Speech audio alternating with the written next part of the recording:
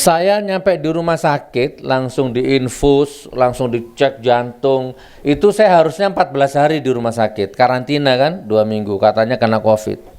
Udah tes, ambil darah, macam-macam itu, ronsen, masuk ke kamar, digembok dari luar, nggak boleh dijenguk, nggak boleh pegang handphone.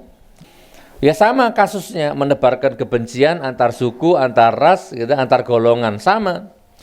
Padahal di Palu itu pesantren saya itu santrinya berbagai macam suku ada di sana, Pak. Oke, akhirnya vonis 8 bulan. Saudara terbukti bersalah, tok tok tok 8 bulan. 8 apa 10 gitu di Palu. Alhamdulillah, tapi belum ditahan karena masih banding. Nah, baru yang ini, Pak. Yang Jakarta itu ngelaporkan itu di Cirebon katanya. Disuruh sama ketua ansornya, dilaporkan saya. Sama Pak, pasalnya sama. Dengan Surabaya, dengan yang Palu itu sama pasalnya, menebarkan kebencian. Gitu kan, antar suku, ras, dan agama, dan golongan gitu. Dengan mencemarkan nama baik, NU gitu. Wah, kalau ini gawat Pak. Hari Jumat kalau ya, Jumat apa Sabtu itu. Ngaji di pondoknya beliau, Jumat ya. Ceramah di pondoknya beliau jam setengah 12 kayaknya itu selesai, pulang, bekam, belum selesai tuh bekam tuh, tiba-tiba geruduk tuh, 30 orang tuh. Saya nggak lihat, saya tengkurap. Ada yang tanya dari mana, ada siapa, kalau nggak salah anak saya nanya, dari Mabes, Jakarta. Akhirnya saya pakai baju, wah sudah digeledah itu. Handphone disita, laptop disita, WiFi itu dicabut Pak. WiFi itu salah apa? WiFi dicabut juga, dibongkar. Ya singkat cerita malam itu saya kan kurang sehat, habis ceramah, bekam, belum selesai bekam, langsung dibawa lewat darat ke Jakarta itu. Nyampe sana jam 11 siang. Dari sini tuh. Nyampe sana jam 11 siang. Ya intinya mencemarkan nama baik, kemudian apa tadi, menebarkan kebencian. Masih sama, pasalnya hanya itu. Jam 11 siang nyampe, jam 2 disidik, jam 3 ya, jam 11 nyampe, jam 3 asar itu disidik, sampai jam 12 malam, langsung dijebloskan ke penjara, sudah tersangka langsung ditahan. Saya minta, Pak, janganlah ditahan saya tak menyelesaikan rekening saya dulu, makan-makan santri bagaimana, belanja, nanti seminggu lah, sampai waktu 1 minggu. Kalau orang Jawa itu nyepak-nyepak no blonjone bojoku santriku sik lah, ndak ada kompromi, langsung masuk bleng. Gitu kan. Apa namanya, penangguhan penahanan tuh udah berapa kali diajukan itu, ditolak semuanya. Nah, sampai akhirnya jatuh vonis 10 bulan itu. Sama kan Pak? Coba. Kalau saya salah, katakan salah saudaraku. Ya mana, kan nggak ada agama Islam, Buddha, Hindu berantem, kan nggak ada Pak. Katanya dituduh menebar kebencian antar suku. Nggak ada suku yang berantem benci, nggak ada. Ya, bahkan saya dengar kabar selama saya di dalam itu ya, di luar malah tambah kacau ini. Walaupun nggak ada saya. Nah tapi tetap divonis 10 bulan, denda 50 juta, subsidiar. Sudah kita bayar 50 jutanya. Dan insya Allah ya, yang terakhir, Saman tahu ya sidangnya ya, yang laporkan saya, yang maksa untuk saya dipenjara, bahkan yang mengaku namanya dicemarkan, itu dipanggil sama hakim sampai 5 kali nggak datang. Ya, dipanggil sampai jaksanya dimarahi sama hakimnya itu. Panggil, kalau memang nggak bisa datang pakai Zoom. Ini gimana ini sidang sampai tertunda-tunda, ini kasihan terdakwa ini. Gitu hakimnya Pak. JPU-nya sampai dimarahi. Saya nggak tahu marah beneran apa sandiwara, saya nggak ngerti itulah.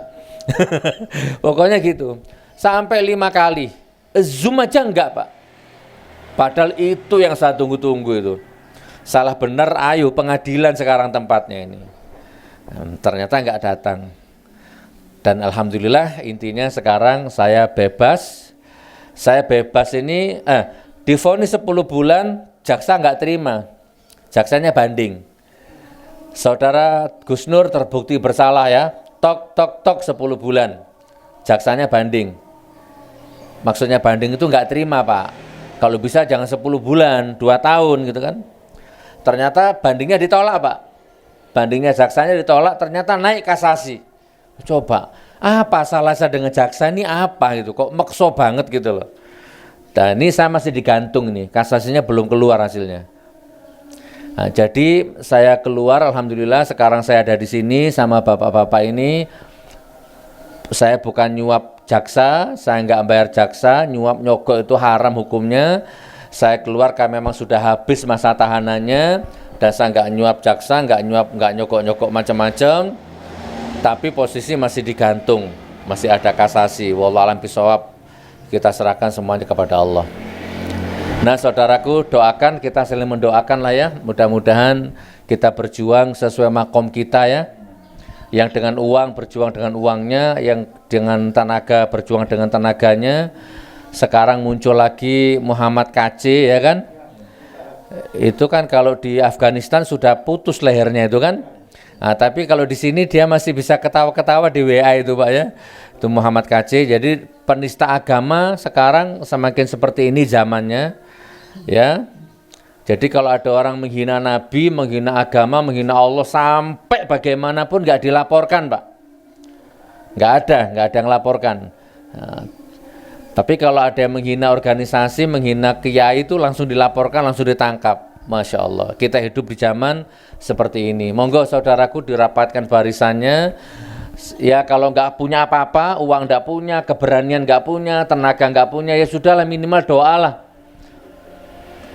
Nah, 1 menit terakhir doakan saya akan melanjutkan program-program saya selama ini. Jadi sama nanti kalau Gus Nur ini gimana nih, apa masuk kenceng gitu kan. Loh kalau kenceng itu kan tergantung kapan kan. Kalau malam pertama kan harus kenceng, kalau nggak kenceng nggak jadi kan. Ya kapan harus kenceng, iya. Depan kita insya Allah bermain cantik lah ya Pak Khiron ya.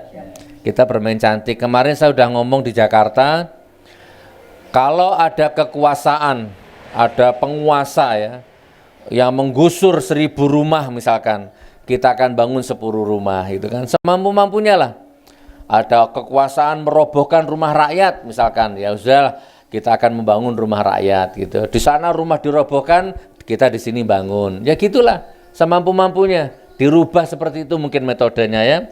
Kalau misalkan di sana ada kekuasaan yang menghisap darahnya rakyat, ya sudah di sini kita transfusi darah. Kita donor darah gitu kan, kurang lebih begitu metodenya. Kita akan terus melanjutkan program bangun 1000 masjid, kita akan bangun pesantren. Monggo barangkali ada tanah dijual, informasikan ke saya ya. Di sini yang murah-murah, syukur-syukur kalau bisa dibeli lunak gitu ya. Udah Gus, bayar dulu sekian, nanti sisanya gampang. Nah itu bagus itu. Kita bangun pesantren. Saya di Besuki masih punya Pak. Di Besuki itu kan luas itu kan dulu juga buat pesantren, tapi kan di Kisru juga sampai sekarang belum selesai.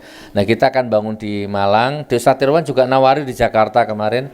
Kita akan bangun pesantren, kita akan bikin warung gratis untuk 500 orang tiap Jumat. Monggo nanti cari lokasinya di mana enaknya, warung gratis gitu ya, 1000 orang atau 500 orang sarapan pagi itu loh. Itu 500 itu ya, ini yang kita lakukan sekarang. Ini ya, nanti kita cari, nanti bikinkan gerobak, bikin warung gratis, tukang besak, tukang gojek, tukang becak itu sarapan gratis, minimal 500 orang, maksimal 1000 orang tiap Jumat. Monggo, saya nanti dikasih masukan, Gus di sini Gus tepat, cocok, karena di sini banyak tukang becak misalkan, banyak rongsokan lewat misalkan. Nah nanti kabari saya Pak, bantu saya insya Allah. Ini yang bisa saya sampaikan. Sebentar lagi zuhur, mari dilanjutkan yang lainnya. Assalamualaikum warahmatullahi wabarakatuh. Assalamualaikum warahmatullahi wabarakatuh. Ya, itu. Iya, tunggu aja. Ini zuhur.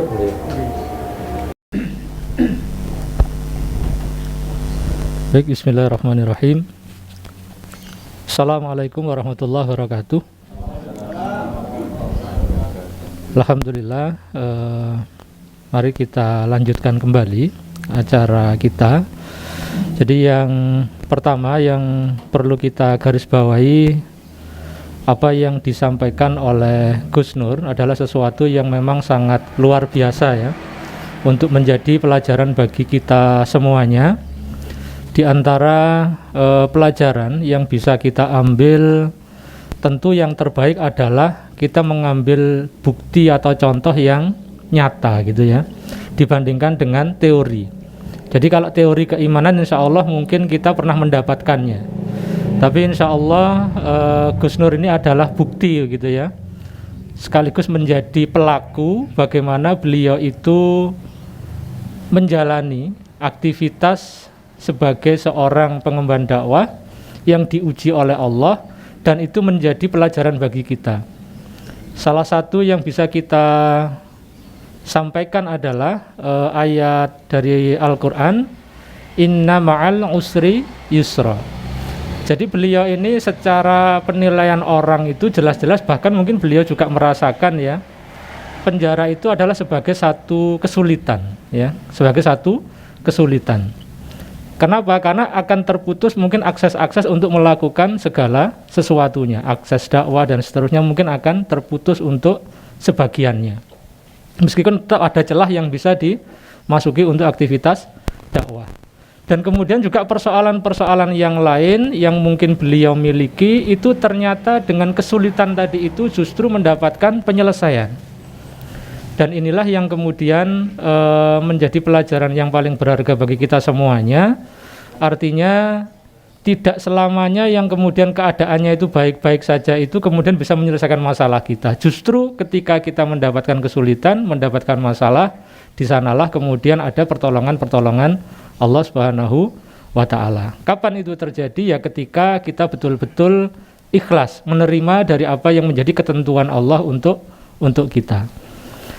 Nah, kemudian pelajaran kedua yang mungkin bisa kita ilustrasikan begini. Jadi di antara iman tadi itu, kita ini bisa mengambil pelajaran dari beliau. Ketika beliau berada di penjara, luar biasa tajam ininya, mata hatinya itu luar biasa tajam itu kan. Jadi luar biasa tajam sampai beliau itu menghasilkan 10 lagu, itu kan luar biasa itu kan. Sampai kemudian menghasilkan buku juga. Itu kalau tidak ada ketajaman hati yang kuat, maka ketika kondisi yang biasa-biasa saja itu mungkin tidak akan terjadi tadi itu. Mungkin lagu tidak jadi, mungkin buku juga tidak jadi, ataupun mungkin karya-karya yang lain juga tidak akan jadi begitu ya. Jadi ini boleh kita ibaratkan untuk kesana itu kita butuh gesekan ya. Jadi ibaratnya kita mau bikin pedang itu luar biasa ya, dari besi yang awalnya itu tumpul berkarat dan seterusnya. Kalau dia ditempa dengan satu tempaan yang luar biasa, dipanaskan, kemudian dipukuli lagi, dipanaskan, dipukuli lagi, kemudian diasah lagi, itu akhirnya menjadi pedang yang benar-benar tajam. Dan itulah yang kemudian menjadi perjalanan iman yang mungkin sudah dijalani oleh beliau, Gus Nur, sehingga ketajaman mata hatinya itu luar biasa untuk lebih mengenal Allah Subhanahu wa ta'ala, untuk lebih bisa merasakan manisnya iman. Yang ini semuanya kita berbeda-beda levelnya gitu ya, di antara kita semuanya. Alhamdulillah ini insya Allah kuasa hukum gitu ya. Saking Ustaz. Belum. Oke, jadi sambil menunggu kuasa hukum, kita mungkin akan dengarkan salah satu nasihat gitu ya, atau kemudian sambutan dari salah satu aktivis dakwah di Malang yang insya Allah akan disampaikan oleh beliau Ustadz Ishak Widodo. Kepada beliau kami persilahkan.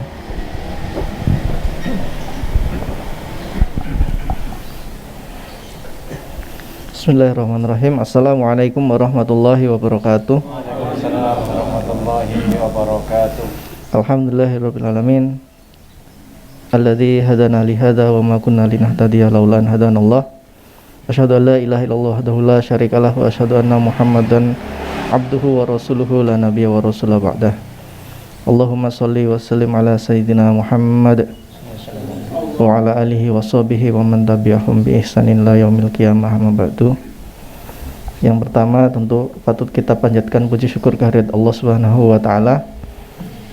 Alhamdulillah di tengah kita guru kita, saudara kita Al-Mukarram Gus Nur yang dulunya itu senantiasa menghiasi media sosial kita dengan nasihat beliau, tausiah beliau, kritik beliau yang luar biasa, dan beliau itu tetap istiqomah.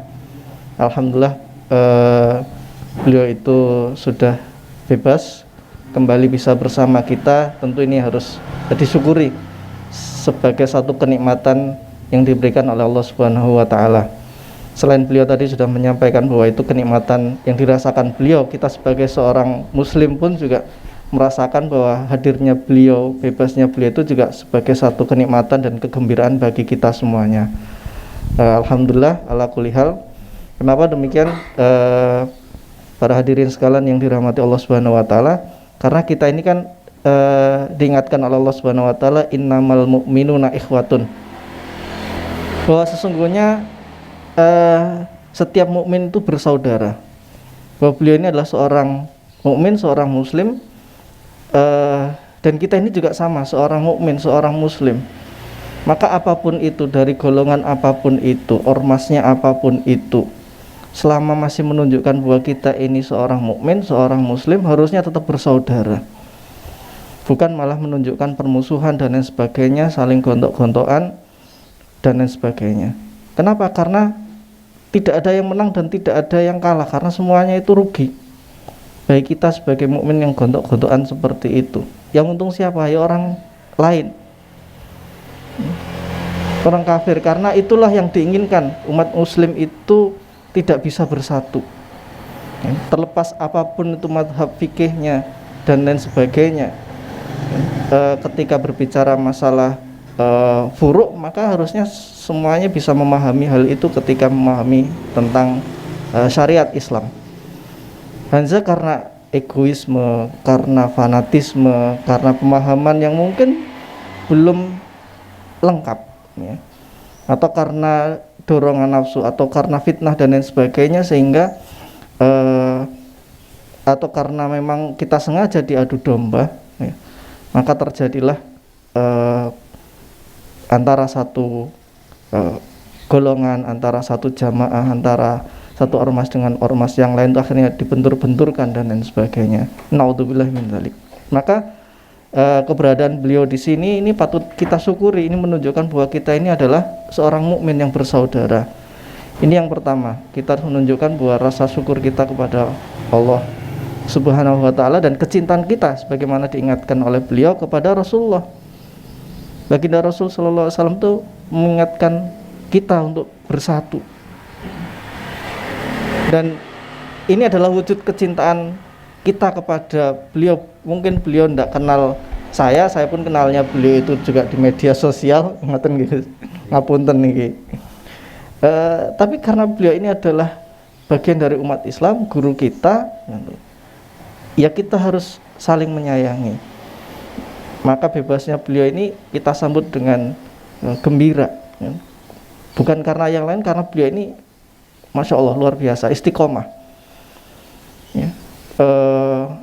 Bahkan ada yang tadi saya ceritakan Gus, itu menyampaikan kepada kawan, salah seorang tokoh lalu menyampaikan kepada Al-Fakir itu bahwa Gus Nur itu adalah orang yang istiqomah, nggak iso ditekuk, ditawari ini gak iso, tetap lurus. Ini Masya Allah, ini testimoninya langsung Gus. Ngapunten ini.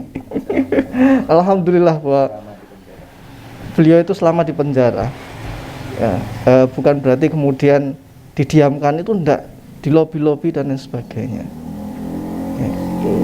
Jadi ini ngapunten, ini bukan saya mengada-ada, tidak, karena saya menyampaikan ya, iklan lewat. Ini menyampaikan dari ada salah seorang tokoh yang kebetulan punya kenalan yang tadi itu Gus, dan itu kebetulan datang ke Malang, beliaunya diminta ketemu sama salah seorang pimpinan itu, perwira. Jadi langsung menyampaikan bahwa Ustadz A itu begini, Ustadz A gini, sedangkan Gus Nur itu masih bisa istiqomah. Ngapunten, ini bukan banding-bandingan, tidak, tapi alhamdulillah bahwa kita bersyukur Gus Nur ini masih bisa istiqomah, dan kita harapkan pun juga beliau ini masih bisa istiqomah ada di tengah-tengah kita berjuang menegakkan amar ma'ruf nahi mungkar. Kenapa? Karena amar ma'ruf nahi mungkar sebagaimana yang beliau sampaikan itu, termasuk mohon maaf ada yang menyampaikan keras terhadap pengacara, keras terhadap penguasa dan lain sebagainya. Mungkin bagi perspektif orang yang tidak paham begitu, tapi bagi perspektif yang lain itu kan kita nasihati orang yang keliru itu kan ahlan wa sahlan.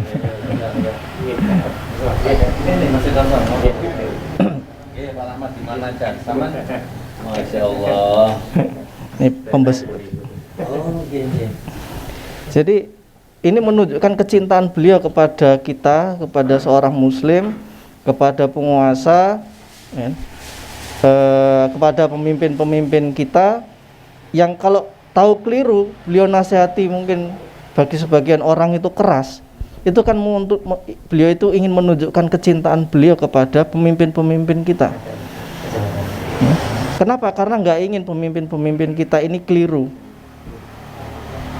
Bayangkan kalau pemimpin kita ini yang melakukan kekeliruan, ya, itu kan efeknya kepada seluruh umat, seluruh masyarakat. Dan dosanya Masya Allah luar biasa. Dan beliau ingin mengingatkan itu sebagai bentuk kecintaan. Termasuk kita semua mengingatkan itu sebagai bentuk kecintaan kita kepada saudara kita, kepada pemimpin-pemimpin kita, kecintaan terhadap negeri ini, supaya menjadi negeri yang baldatun thayyibatun wa rabbun ghafur. Saya kira mengatakan bagus. Jadi kita berharap bahwa beliau ini tetap bisa istiqomah bersama kita dalam dakwah gitu. Sekalipun mungkin beliau nyampaikan tadi, mungkin caranya atau bahasa kerennya itu uslubnya gitu. Itu beliau itu bermain lebih cantik, tapi tetap kita berharap bahwa beliau ini tetap istiqomah, ya, melakukan amar ma'ruf nahi mungkar, termasuk melakukan aktivitas-aktivitas bagaimana yang beliau sampaikan tadi, bangun pondok, bangun masjid. Masya Allah ini luar biasa. Termasuk ada tadi mau melaksanakan sedekah warung gratis, ngoten nggih. Semoga Allah memudahkan langkah beliau, memudahkan rizki beliau, dijadikan rizki yang barokah, termasuk keluarga beliau dijadikan keluarga yang sakinah mawaddah warahmah, termasuk kita semuanya. Allahumma amin. Wallahu a'lam bishawab. Wassalamualaikum warahmatullahi wabarakatuh. Waalaikumsalam warahmatullahi wabarakatuh.